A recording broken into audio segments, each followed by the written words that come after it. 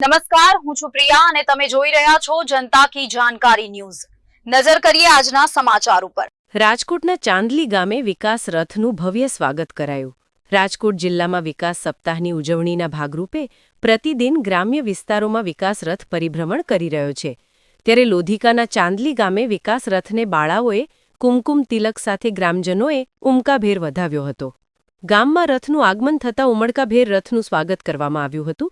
તેમજ વડાપ્રધાન નરેન્દ્રભાઈ મોદીના શાસનના 24 વર્ષ પૂર્ણ થતાં વિકાસ સપ્તાહ કાર્યક્રમ અંતર્ગત વિકાસની ગાથા દર્શાવતો રથ જિલ્લાભરમાં ફરી રહ્યો છે, જેમાં વિકાસ ગાથાની ડોક્યુમેન્ટરી ફિલ્મ દર્શાવી હતી।